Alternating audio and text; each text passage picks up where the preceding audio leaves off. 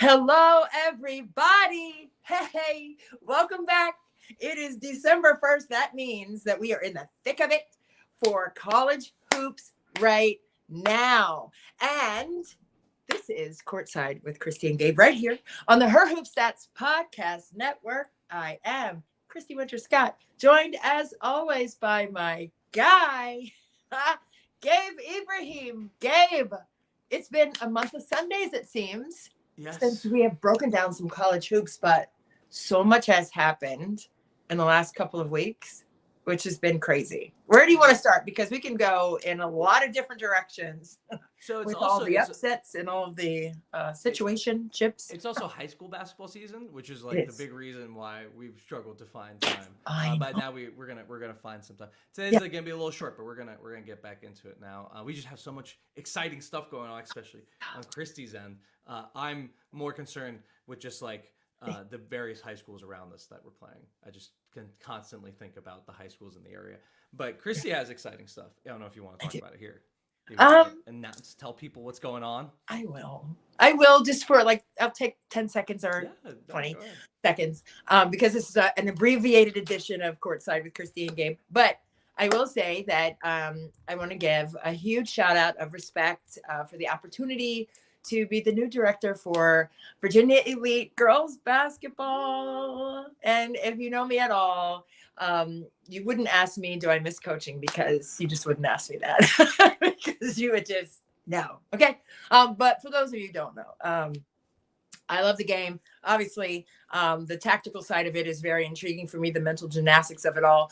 However, to be able to be a director and to influence the culture, I was at a what was it called, Deal Makers event yesterday in DC with a lot of billionaires and all this stuff. So it's just like I've been incredibly motivated, even more so than I already was.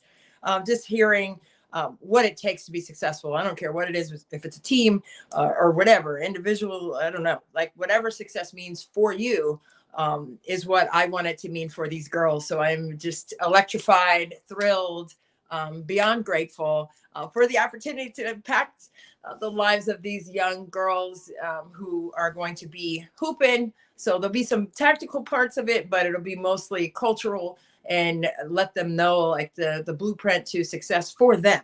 And it's going to be different for each one, but whatever they gravitate to, I want that to be what drives them daily. When they wake up, I want it to be on their mind. When they go to sleep, I want it to be on their mind. And I want them to be goal oriented, goal getters. I want them to be fired up about success. And for me, the one quote that I'll end this whole soliloquy with is I heard this quote yesterday, and someone said, "Culture is strategy eats strategy for lunch. Culture eats strategy for lunch." And so you can have all the strategy you want, but if you don't have the right mindset, the right culture ingrained in your mind and in your heart, you're not going to make it. So I just I'm going to pass that along on here and everywhere else because I just thought that was very strong. Well, as one of the people that knows you and knows how much you've missed coaching, I was very excited to see that you're going to Oh, be a part of, these young girls' basketball journeys. I think it's going to be great for them. It's going to be great for you, and I'm excited to be around. It's a great basketball program here in Northern Virginia, turning out a lot of good talent, including yeah. some kids that we know Yeah. around here that are pretty good, that are okay, Be a that got beer. some talent. But speaking of culture, I think that's where we should start. Let's I go. think we should get right into it and talk about South Carolina because How about? here we are again. I mean, Mm-hmm. I think there's so much talent in this program, and there's been so much talent in this program that you can kind of lose the fact of just the culture that's been built. Yeah. This is now being handed down. And this Mm-hmm. is what you hear from players that are in great programs, right? Whether it's football, whether it's baseball, anything, Yeah. any good college program, you have the seniors passing it down to the freshmen, and then the freshmen bringing that up through the years. And you're seeing that now with South Carolina. I mean, now Yeah. they do have a big transfer in Tina Paupa, we could talk more about. But Uh, Cardoso, Raven Johnson, the mm-hmm. foundations have been there with Aaliyah Boston, with the freshies from last year, and they soaked all that in, and now Yeah. they're putting it back out. Got off to a great start this season, and they're looking the part of the same team we've seen for the past, let's say, 3, 5 years Yeah. maybe. just at the top of college basketball. And this is after losing, the best or one of the best players in the country in Aaliyah Boston and the WNBA Rookie of the Year, along with a bunch of other great players. So it's just amazing to see how well they started off this season. Well, culture starts at the top, right? And Dawn Staley is that, right? She's at the top. And for her to have 2 titles already collegiately as a head coach and all of the gold medals along the way, and to run the gamut as a collegiate player at UVA and go to several Final Fours, but then to put the cherry on top of all of that by winning gold medals and titles in at South Carolina on the collegiate level. So I just have to, tip my hat, as I always do, for Dawn Staley in terms of what she's teaching these young women. And it goes back to what I just said about how it's more than the tactical side of things. However, the tactical side is very sound. Let's not skip over that and just think it works well. Roses and rainbows out here. No, it's definitely a cultural situation at South Carolina when it comes to expectations. And I heard one of Dawn's comments after the game, and one of her highly touted freshmen. Well, I don't know if I should call her name or not, but I think everyone knows. She said it in the press conference. I don't think it's any reason we can't talk about it. Well, go ahead and bust it out, Gabe. Michaela Fulwiley, right? She didn't get that many. How many minutes did she play in this last game? I think it was less than 15. And I kind of think I know the reason, but go ahead. Say what you're going to say. She played 3 minutes in the last game against North Carolina. Oh, 3. Wow. Okay, listen. Yeah. She said, if you're not playing well, then you have to come out and let somebody else play well. And I was like, well, shoot. Preach. That's the way it should be. That's the way it should be. And kids aren't going to like that. But guess what? I bet the next game they play, she's going to play out of her mind because she's motivated by that bench. And I'm telling you, and you can say what you want to say and like, oh, that's mean, or, oh, that's, mentally, that's tough on the kid. Listen, what's tough on the coach is having the expectations laid out and them not being met. And it's not that they haven't met them before. It's just that day they're not up to par for what the team needs from them. So there has to be accountability. You know what's tough mentally? Losing. Thank you. Losing is tough mentally. Why are we going to lose? That part. Well, and so she didn't play, and I'm going to tell you, I think the reason why is turnovers. She's a freshman in college. She's going to turn the ball over a ton. Yeah. It's a really tight game. And we can get into this North Carolina game.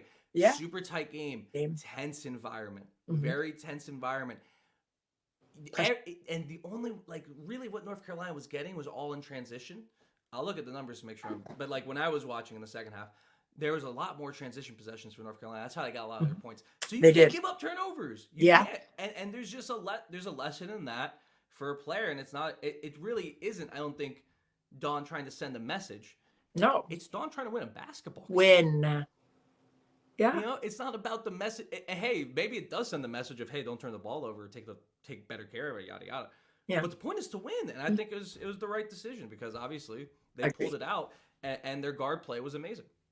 Agreed. And I think, you say what you want to say, and whoever is saying something against that move has never coached. That's what I'm going to say. Oh, absolutely. You got to consider the source on the comments that are not for that move. And for me, having coached and you're coaching, you understand that sometimes you have to make those tough decisions. And it may not be, you might look at that kid and that kid is like sulking or pouty or whatever. But the team, after you make that move, is progressing towards a win. So you got to go big picture. As a coach, you got to go big picture. And Dawn did it the right way and got the dub. And that was a tough win. I mean, Carolina's in the top 25. What are they, 18? I believe they were 18. Yeah, they were 18. Yeah. I mean, it was a solid squad. It was a really tense win, too. It was. It didn't feel like, and this is actually a good point about South Carolina I want to bring up. I feel like in the past, it kind of felt like a steamroller. It was just a matter of time before they get going and then run you over. I didn't feel like that in this game. I think, I think North Carolina was able to hang with them, and North Carolina is super physical. Don't get me wrong. But if you look at the Elite Eight game from 2 years ago, yeah, say, right? Yeah. that was a steam. That was Aaliyah Boston, Cardoso just steamrolling North Yeah. Carolina because of their size. In this game, North Carolina was able to stick around because it's a very different South Carolina squad. So Right. it is going to be different. I don't think it's going to be so much of a this team's just so dominant. I wouldn't be surprised if they drop maybe a couple SEC games, but they certainly seem like a team that can be in the national championship conversation, can get back to the Final Four, Mm-hmm. all of those things. And I think because they're adjusting to their talent, So they have Aaliyah Boston for 4 years. Yeah, She's amazing. You build the offense around. You build everything around. everything. I was gonna say defense too. Everything's built around Yeah. Aaliyah Boston. You have a bunch of other great players, but Sure. it's all built around the best. And now in this season, I think one of the thoughts I had coming in was like, I don't think you can do that with Camila Cardoso because not that Right. she's not a great player, just not the type of For sure. not the same talent and not the same sort of offensive skill set. So now you have to sit here and say, okay, how do we change? Well, they're changing by taking and making more threes. They just have better 3-point shooters. They're more willing to go outside in and get threes rather than inside out. But then they still Right. have that inside presence. So it's not like a huge jump in the percentage of their shots coming from three this year. It's more so just a tiny tick up in the field goal, like the number that they're taking. Right. Yeah. And then Oh, a big jump in the percentage. Right. They're being more efficient from three, and they're still getting in the paint. And they just have. I mean, like, it must be nice that you can sit there and say, we're not going to play someone like Malaysia Full Wiley, right? I know. Like that's also a testament to their talent. So Absolutely. I think we're right back, kind of where we were with South Carolina. Maybe not as dominant, but still one of, if not the best team in the country. Yeah, no doubt. And and I agree with that. Like if you can afford to take someone like that off the floor and still win, that's a lot. But that does speak to, again, the accountability piece and the culture. But when you were talking about Aaliyah Boston, obviously not being there and graduating, being the rookie of the year in the WNBA and an A+ analyst, by the way, salute. But with that, teams that or opponents that played against South Carolina when they had Aaliyah Boston, the scheme on defense was different. Now everyone has to come in a different way, right? So the opponents are going to play you differently because there is no Aaliyah Boston out there. So now South Carolina has seen the nuances of that, and they've been able to make the proper adjustments, whether that's personnel wise, whether that's schematically or attitudinally, whatever. I just think it's interesting to see that as well, right? So it's not just what Aaliyah Boston brought to the team offensively and defensively. It's what other teams brought to them because of Aaliyah Boston that has also changed this year in her absence. So I think it's very intriguing to look at it all the way through and delve into that a little bit and see what those exact changes are that teams are doing against South Carolina that are different because of Boston's absence. Yeah, I mean, I think off the top of my head, I would say you don't need like 8 players in the paint. You don't need all of them. You probably still need 2 because of Cardoso, but you could take at least one other person out. I mean, when it was last season, it felt like you needed 3 in the paint at the very least. Got and up if the you line. have someone who could guard the dribble drive from the pinch post, it was like that's another problem. So now you're gonna need a 4th person. So it was like you're using your whole defense just to keep them out of the paint. Yes, and they still could get in. So this year, I would say that's probably the only thing that jumps to the top of my head is you don't have to quite pack the paint as much. But right. It seems like it doesn't seem like there's a lot more pick and roll stuff. It just seems like they're cutting a little bit more. They're not getting quite as much off the offensive glass, which makes sense. Right. Their 4, right, is usually Chloe Kitts. I call her Khaleesi. I love Chloe. And she was with that the Elite 24 2 years ago. Oh yeah. In Chicago. And Raven was down there this year helping coach and everything like that. So it's like I love seeing them perform the way they're performing, after seeing them as players and coaches in the summer and stuff. It's really cool. I call her Khaleesi because of the blonde hair. You call her what? Khaleesi from Game of Thrones. Yeah. She's got the hair. She does. I can't be the first person who's called her that. No.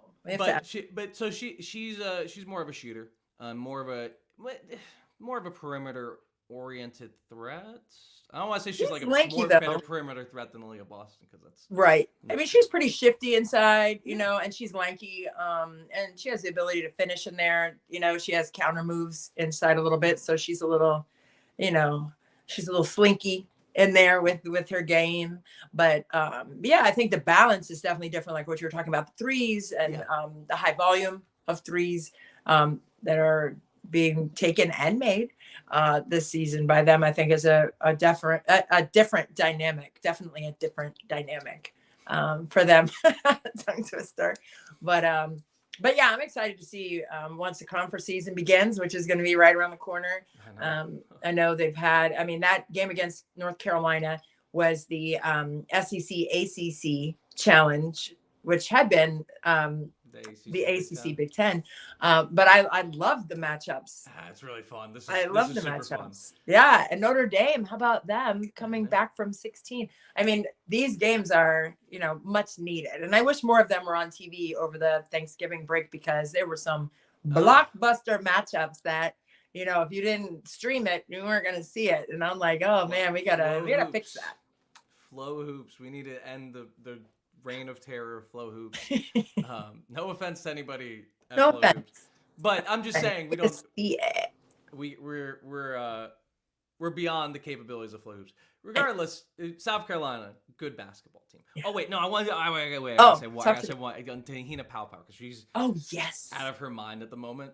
So 14 points, 5 rebounds, 4 assists against a steal. Also a great celly. You've probably seen it on Twitter. When she hit the game sealing 3 and then I love it. You know I love that. I was like, get it, girl. She like celebrated with a teammate, and then she waited for I think it was I don't know who it was. I don't know what guard it was. Came by from North Carolina and she goes, 3? I was like, yeah, that's cool. That's a lot. She's fired up, man. She's a fireball. She's a competitive spirit that they needed, right? They needed that extra. So they lose Zia Cook, right? And I think Zia is that type of player, right? Fire, intensity. Yeah.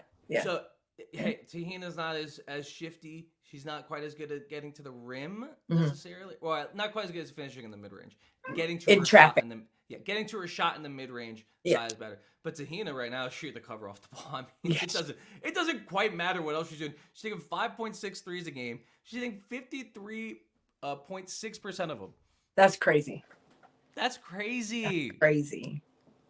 I can't. I should have looked this up beforehand, but I can't remember. You're not shooting 50% on 6 threes a game. No.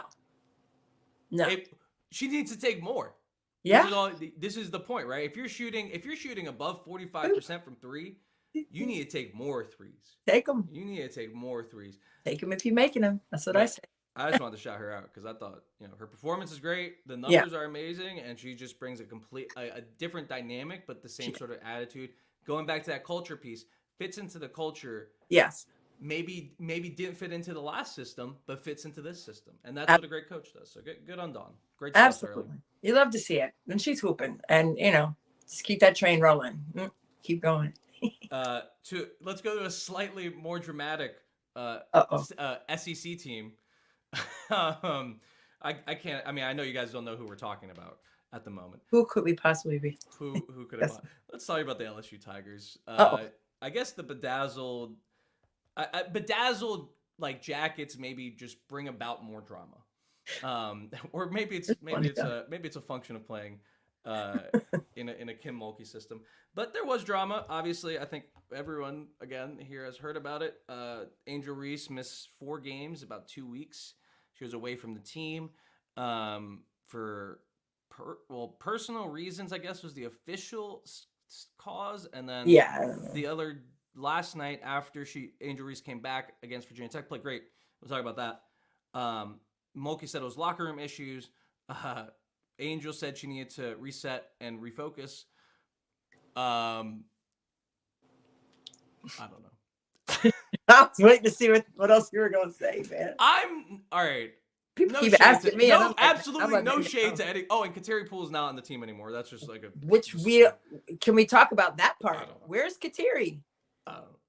What happened, man? And I know, I mean, it's not uncommon for people to wonder what is happening, right? And to be in the profession of being a question asker, and for that to be part of your due diligence as a professional in your craft, right?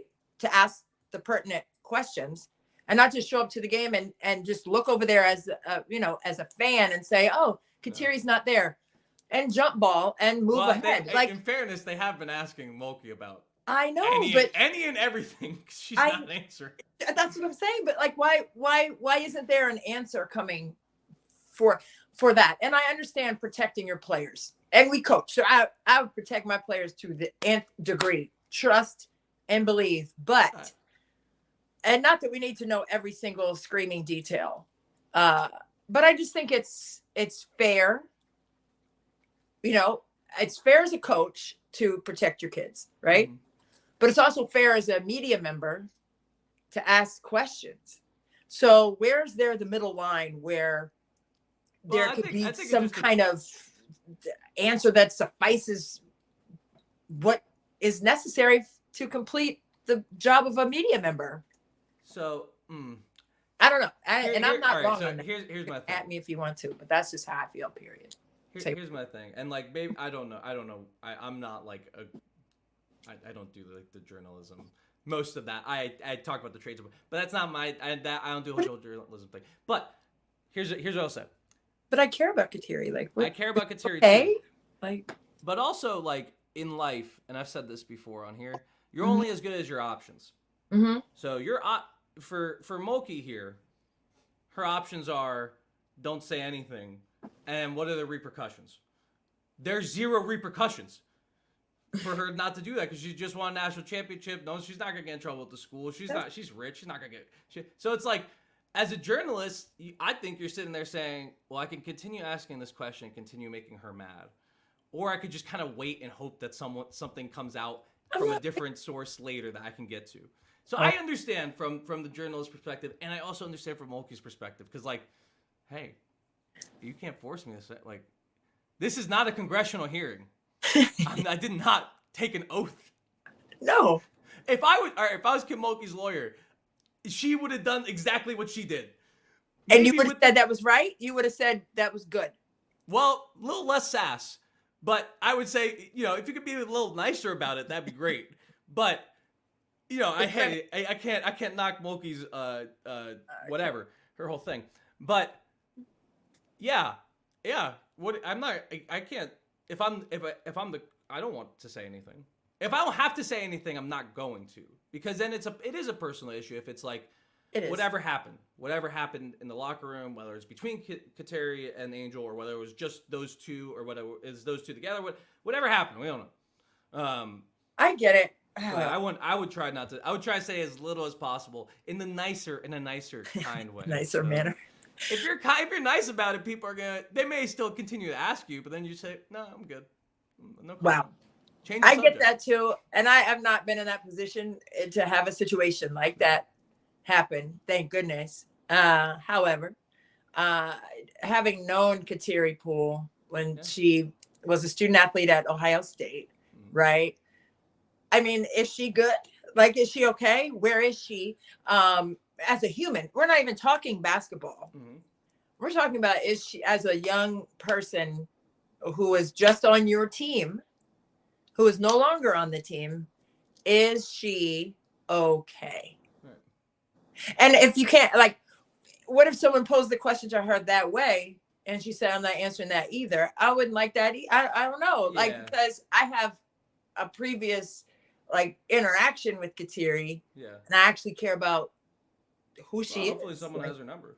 Who they are. Someone should text Kateri. Say it again. Someone should text Kateri and see what she's up to.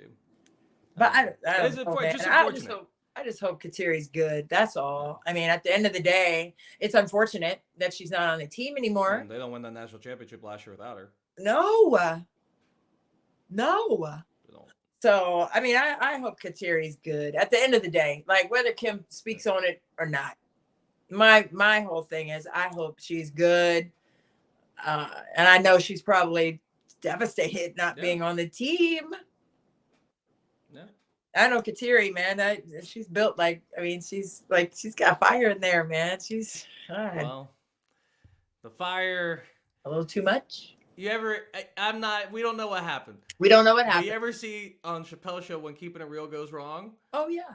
I think there's a definite when Keeping It Real goes wrong situation that happened at some point between any of the parties in the group. Regardless, we could leave the drama for a moment here and just talk about the basketball because it turns out LSU's pretty good still. Pretty good. And I should have mentioned this earlier. I forgot about our bracketology that Megan Gower put together. Oh yeah. I maybe I'll stick a thing in the beginning of this also to talk about it because she did a really good job of getting together all the teams and it's a whole field. So LSU is a 4 seed in the Portland 2 region, which is UCLA's region. So still really a good basketball team. Actually, I think they should probably end up being higher than 4. They're still 7 in the country. And they just beat Virginia Tech 82-64. Yeah, that's a big win. Big W. Yeah. They held the best offense in the ACC to a 94.2 offensive rating, which is bad. Elizabeth Kitley fouled out, and that was pretty much all Angel Reese. I'm pretty sure she actually drew all 5 of those fouls. Yeah. Because she drew 8 fouls overall in this game, had 19 points, 9 rebounds, 6 of them on the offensive glass. Mm-hmm. And just like, one of those games from her that we've seen before, kind of saw in last year's Final Four, where she just kind of, just wears you down with the fouls, the offensive rebounds, that paint presence. And then, Michaela Williams, the freshman for LSU, had 20 points, mostly from mid-range, 7 of 9 from mid-range, seven shots out of the mid-range. Difference maker. And Anissa Morrow. I mean, I don't know what her stats were in the Virginia Tech game, but in one of those games where Angel was out, didn't she have 37? Yes, she did. Over the holiday break. I did forget about her having 37. Yeah, I mean, they have Morrow, Van Lith. I mean, I don't know. Like Van Lith, I'm trying to. Ooh, that Virginia game was super interesting, actually. Virginia Tech? It was Virginia. So that's the Virginia game. In Thanksgiving week they played Virginia. That's where Anise had the 37 points. But LSU struggled, and Virginia's good. Like Virginia's a tough basketball team. That's a good tough basketball team.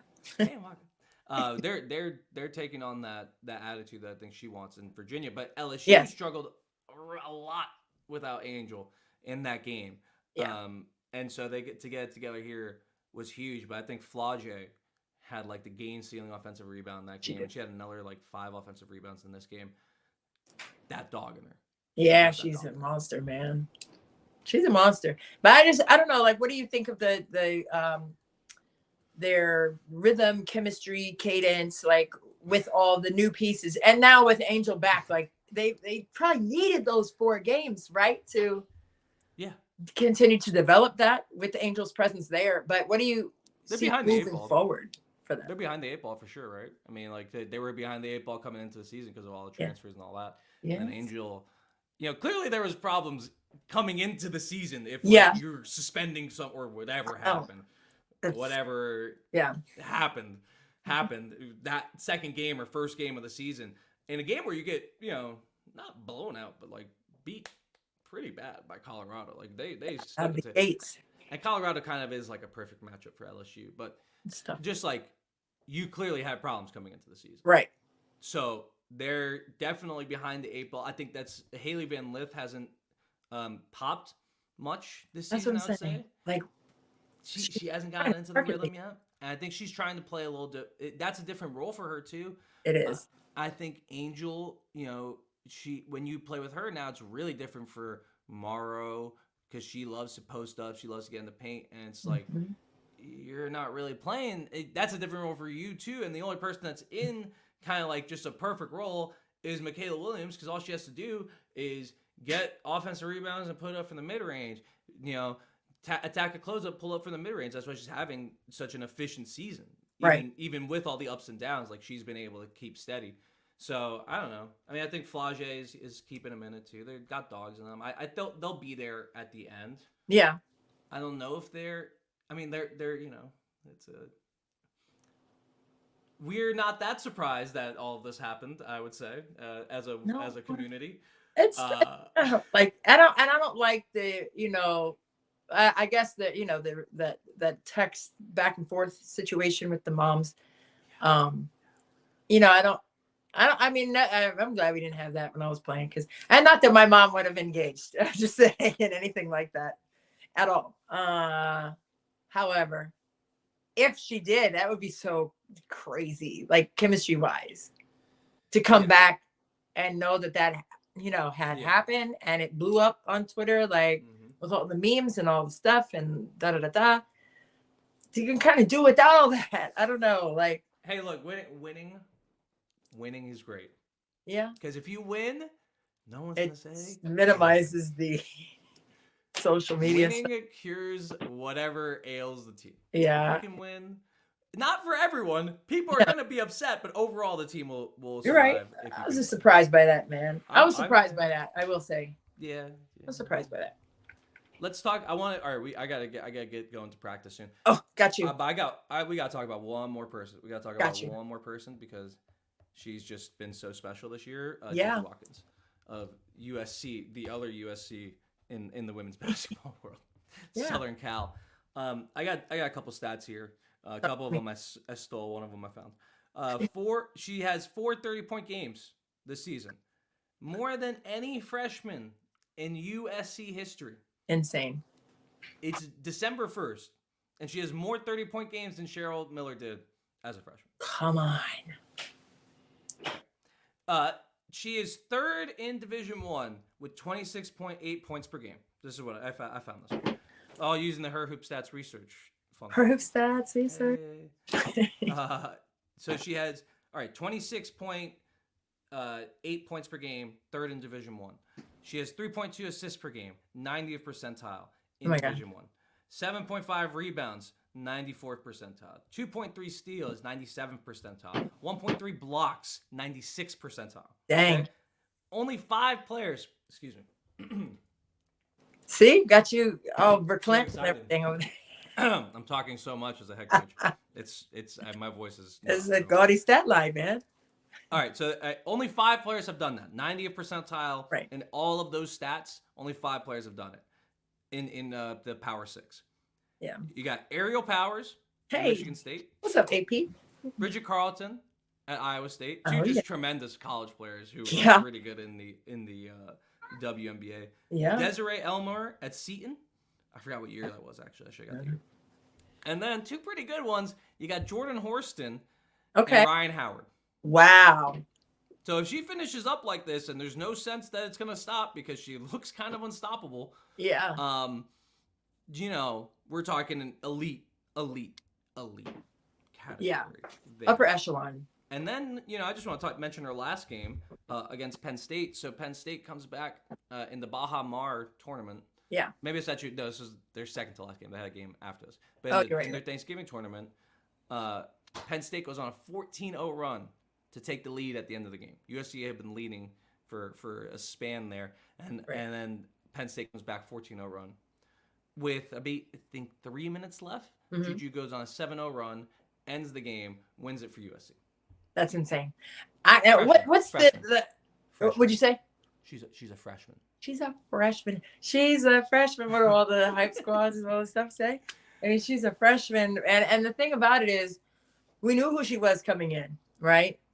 But sometimes it takes a couple games or maybe a month or two, right, for freshmen to seamlessly transition into the more physical, collegiate level game, right?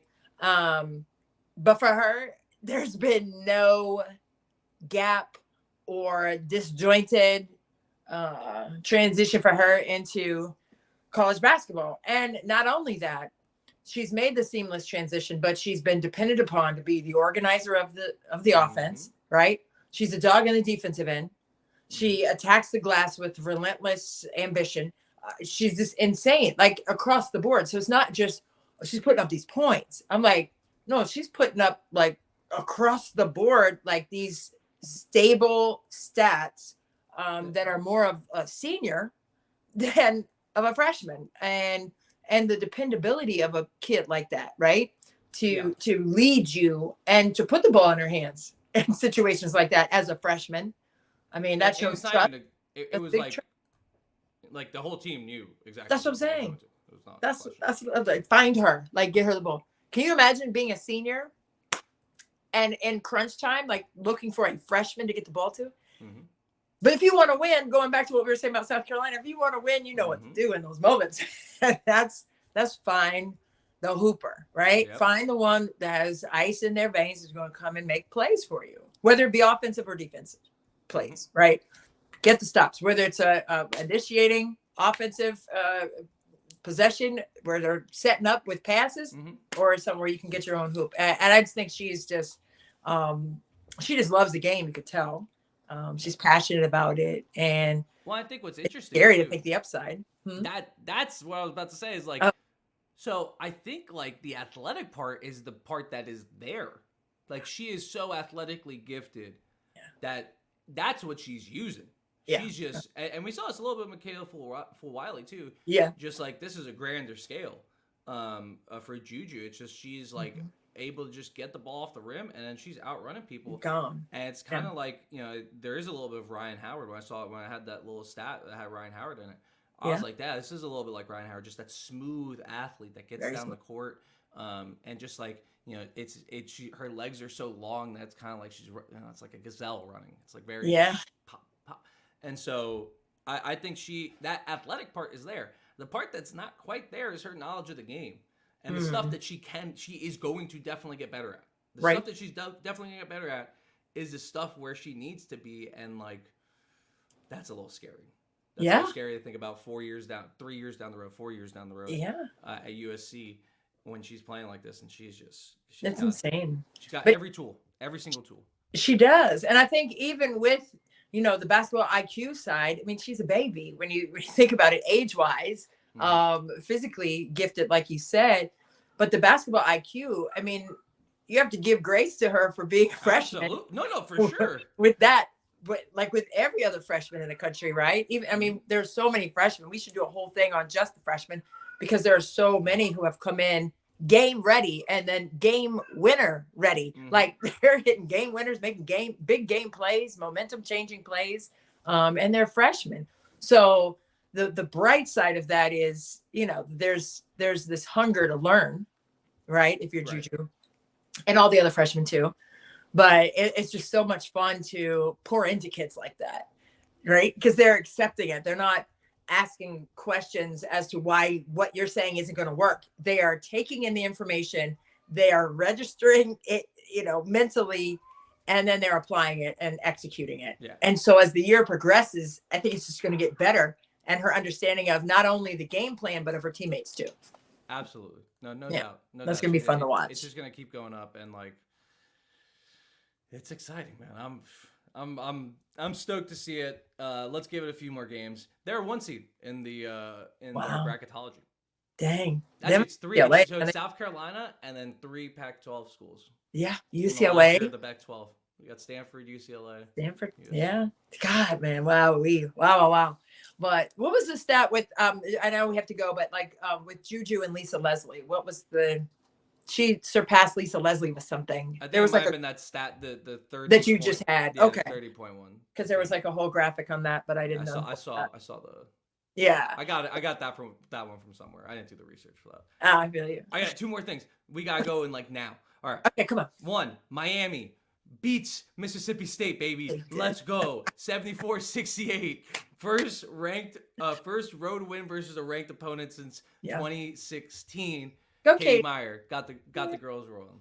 Go, Katie. Yeah, and they did it with defense in that game. Listen, they locked it down, and that was a major deal because listen, Ole Miss isn't going anywhere. I mean, the SEC, they're going to be battling through that conference, and they're ready for it. No, that's a good basketball team, Mississippi State, and then I think Miami. I'm not gonna get too excited because we haven't played that many people, but it looks good. They did struggle with some lesser opponents, but I think whatever. We don't have to get too far into Miami. Just congrats on the road ranked win. Go Canes. Georgetown. Hey, another one of our teams on this podcast. 6-1 for the first time since 2010, 2011. Do you know what happened in that season?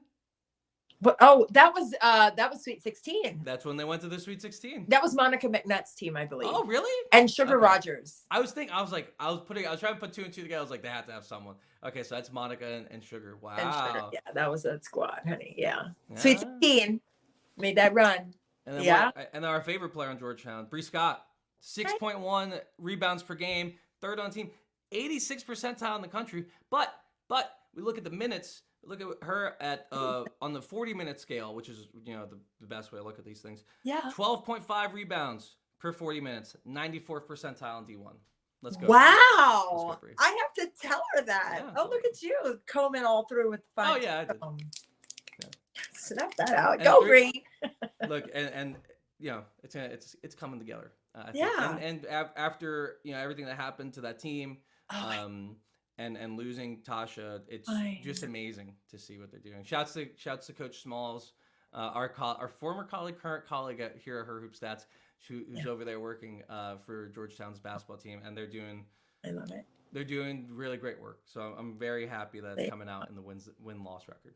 They are, and you know what? That Tasha Tough is what they end every huddle with, Gabe, to this moment, and there's still so much reverence for the impact that she made in her short time there with the Hoyas. So, I'm not going to say more than that because I would take myself somewhere I don't want to be. We'll talk more Georgetown. It's tough. When we're ready and have tissues. Yes. And I'll be calling the game on Sunday when they're at Northwestern. So buckle in for that one. Strap up on that one. 4:00 on Big Ten Network on Sunday in Chicago. That'll be fun. All right, Chrissy, I need to go to practice. You got to go to practice. I gotta go. You don't have to go home. You got to go to practice. We got to get up out of here. But this has been a fun one, a quick one, but a fun one for Courtside with Christy and Gabe right here on the Her Hoop Stats Podcast Network. We're going to bring you more hoops. You know that. So come back next time and join us right here for my guy, Gabe Ibrahim, who has to get right out of the door. I'm Christy Winter Scott. We'll see you guys next time.